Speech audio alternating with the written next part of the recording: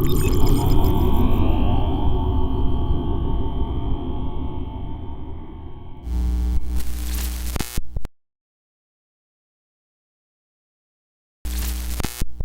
check 1 2, mic check 1 2 3. I can hear me. Can I hear you? Yes, sir. All right, J.A.B Nation, we are back with another episode, and today we have a very, very special guest. We have DTM Badguy in the building. I'm going to let him introduce himself real quick. Tell him about yourself a little bit. What's going on? DTM the bad guy, local musician out of Mobile, Alabama, rapper, singer, performer. I just like, yeah, that's bad guy. Yeah. Bad guy. One thing I want to say is that the very first time I seen DTM the bad guy perform was at a Song for Song. I can't remember if it was like Any Given Sunday or it was like one of them contests that they had going on. But I was very intrigued about, his musical style, like his presence. He's a big guy when he get on stage, he commands your attention.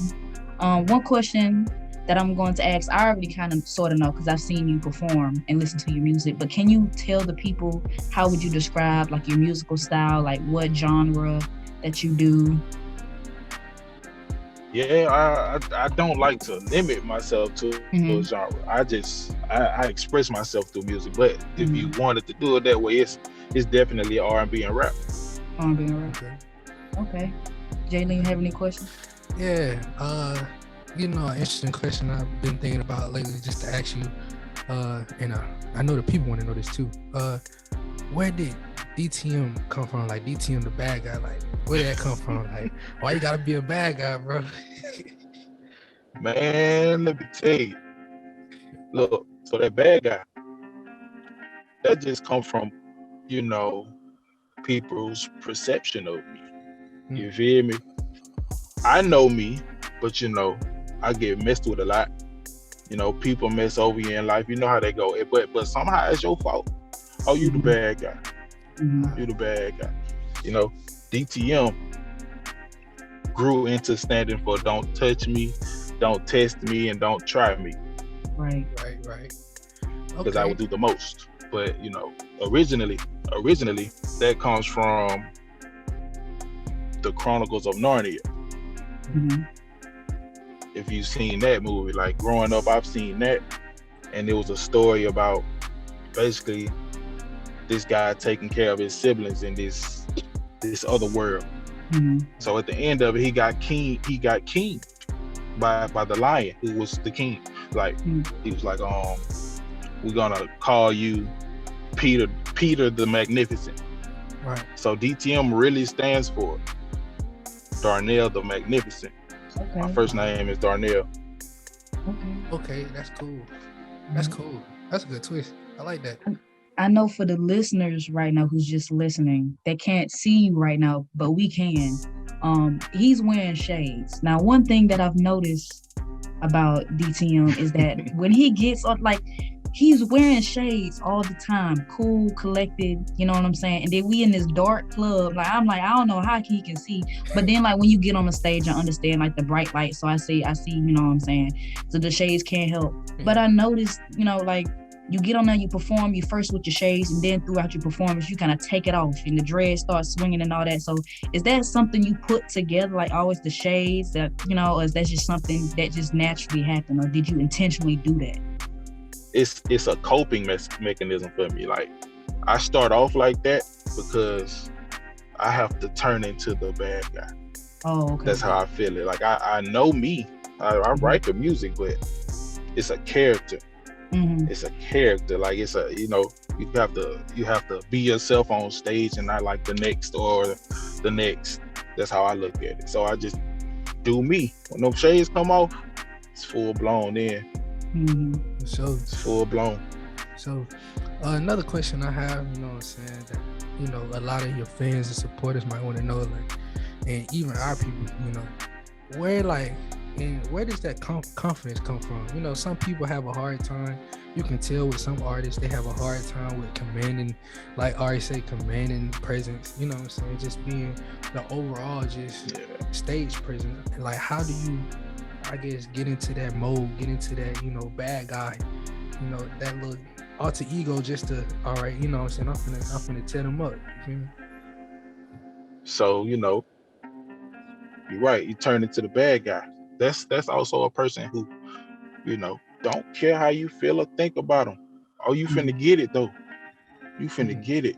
You don't have to react the way I want you to react, but you're gonna react. Okay. Another question I have: how long have you been making music?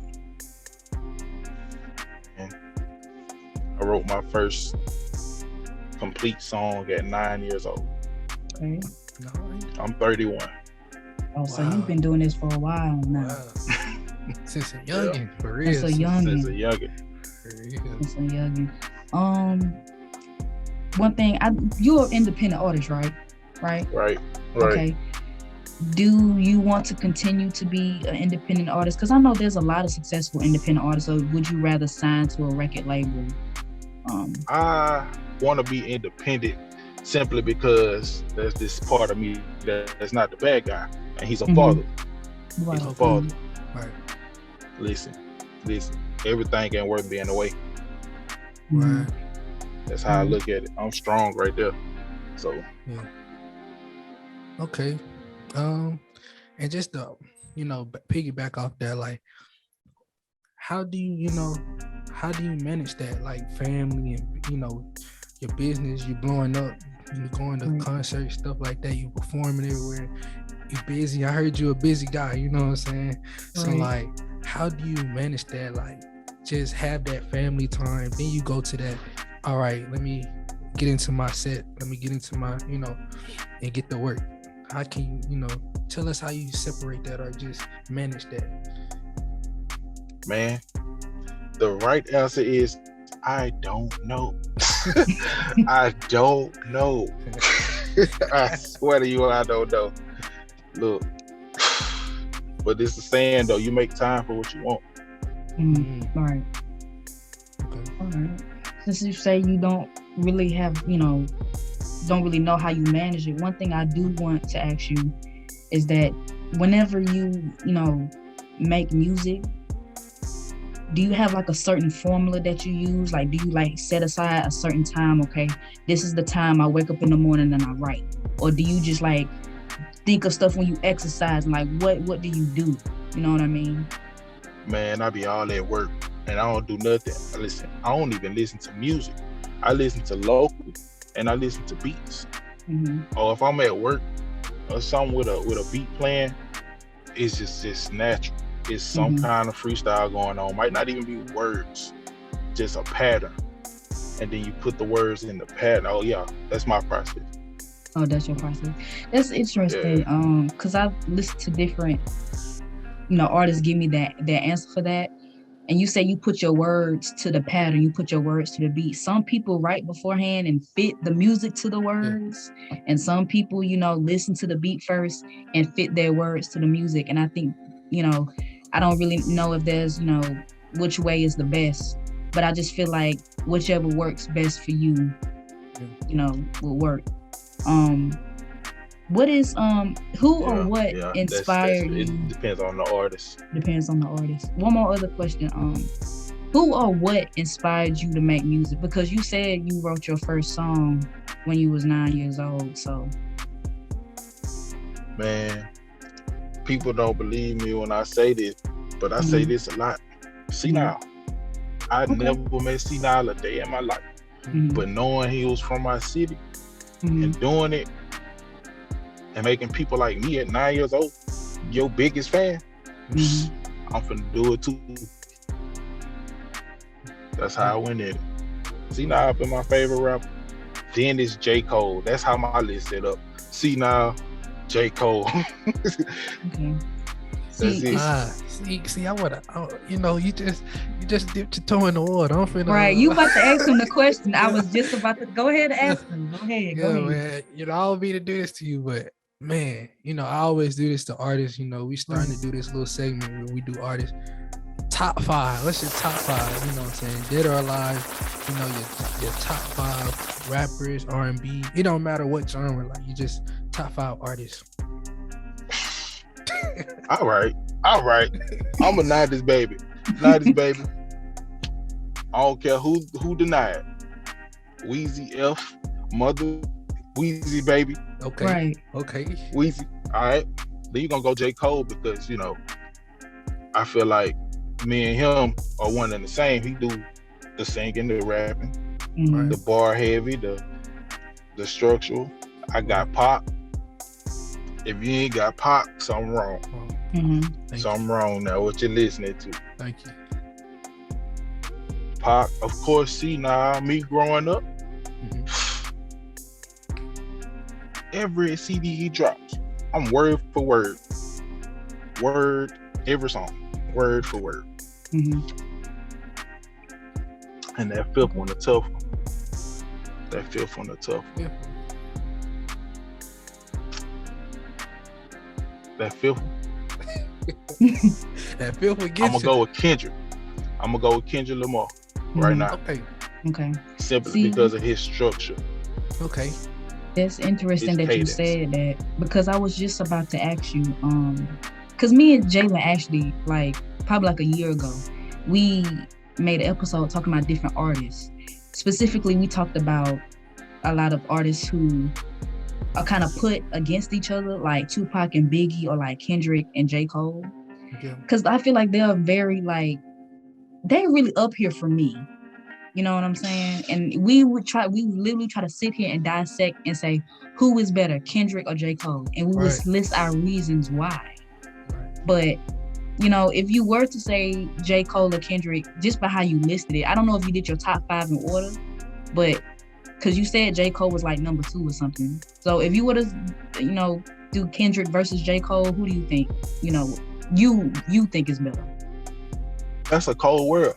Okay. That's a cold Jermaine? world. Jermaine? Cole. Jermaine. Cole. Yeah. Jermaine Cole. Okay, what about? I respect that. Now, what about Tupac and Biggie? Because them two people, heavy influence. I love both of them.